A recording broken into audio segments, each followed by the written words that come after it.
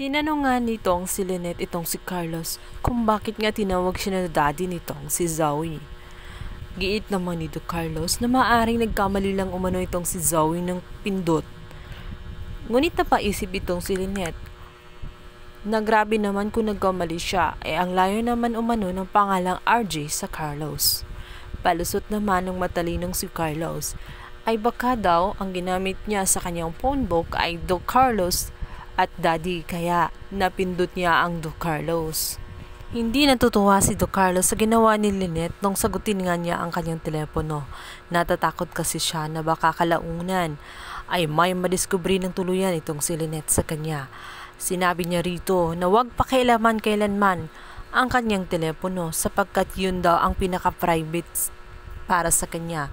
Alis na nga itong si Do Carlos at sinabihan na nga itong si Lynette na matulog na lang dahil may kakausapin pa umano siyang pasyente. Ngunit ito na nga, kinausap niya itong si Zoe. Dito na may sinabi ni Zoe kung hindi na ba daw siya napagdudahan itong si Lynette dahil nga nabanggit niya ang pangalang Daddy.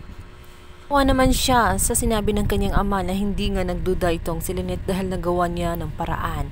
Dito na nga ay kinausap siya ni Zoe na kailangan siya pumunta agad-agad sa kanyang kinaroroonan at tinext na nga sa kanya ang address dahil meron siyang gunshot. Nag-aalala ng sobra itong si Carlos kaya naman napapunta nga siya ng 10 oras. Dito na nga tuluyang nagduda itong si Lynette kung bakit biglang umalis itong si Carlos sa kalagitnaan ng hating gabi. Napaisip na nga itong si Lynette, natatawagan niya ang kanyang anak na si Annalyn. Baka sakaling may alam nga si Annalyn kung saan naroroon itong si Zoe dahil may hinala nga siya na pinuntahan siya nitong si Carlos. Sa kabilang banda, abot langit ang galit ni Carlos dito kay Moira, kaya naman nagawa niya itong samparin. Sinabihan niya ito na ito ba ang kanyang gustong gawin sa kanyang anak. Ibinabalandra umano niya itong si Zoe sa mga taong halang ang kaluluwa. Nais ba din daw niya na ang kanyang anak ay matulad sa kanila? Na maging isang kriminal din balang araw?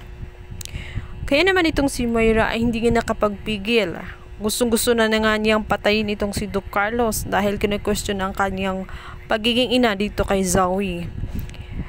Kailanman hindi umano niya masisisi itong si Moira dahil lahat daw ginagawa niya para kay Zoe.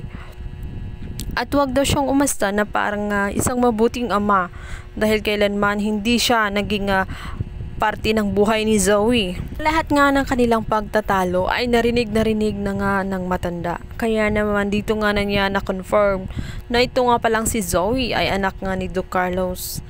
Kaya naman nanganganib ang buhay nitong si Lolo Pepe, lalo na't alam na niya ang lahat-lahat ng mga sekreto ni Moira at itong si Zoe. Nag-usap na ngayon itong si Valahadja itong si Moira. Sinabi ni Valahadja na kung anong plano niya sa matanda, kung ililigpit na ba daw ito. Ngunit sinabi ni Moira kung siya ang tatanungin ay oo. Subalit nga nahihirapan siya sapagkat pumipigil nga itong si Zoe. Ayaw niya napatayin ang kanyang lolo.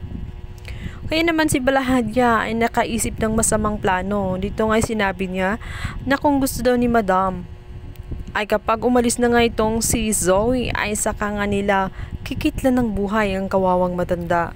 Kasundo nga ang dalawang demonyo. Wala silang kamalay-malay na si Zoe pala sa may di kalayuan ay nakikinig sa kanilang usapan. Makakaisip kaya ng paraan itong si Zoe? Susumbong na kaya niya sa kanyang daddy ang katotohanan na itong kanyang lolo ay nasa poder ng kanyang ina? O hahayaan ba niya na mamatay na nga ng tuluyan ang kanyang Lolo Pepe? Patid nating si Zoe ay hindi ganun kasama kagaya ng kanyang ina. Katunayan, siya pa ang pumipigil na huwag nga patayin ang kanyang lolo o huwag barilin. Kaya maaaring makaisip nga siya ng paraan para mailigtas ang kanyang lolo bago pa nga makapagdesisyon ng kanyang ina na tuluyin ngang patayin itong si Lolo Pepe.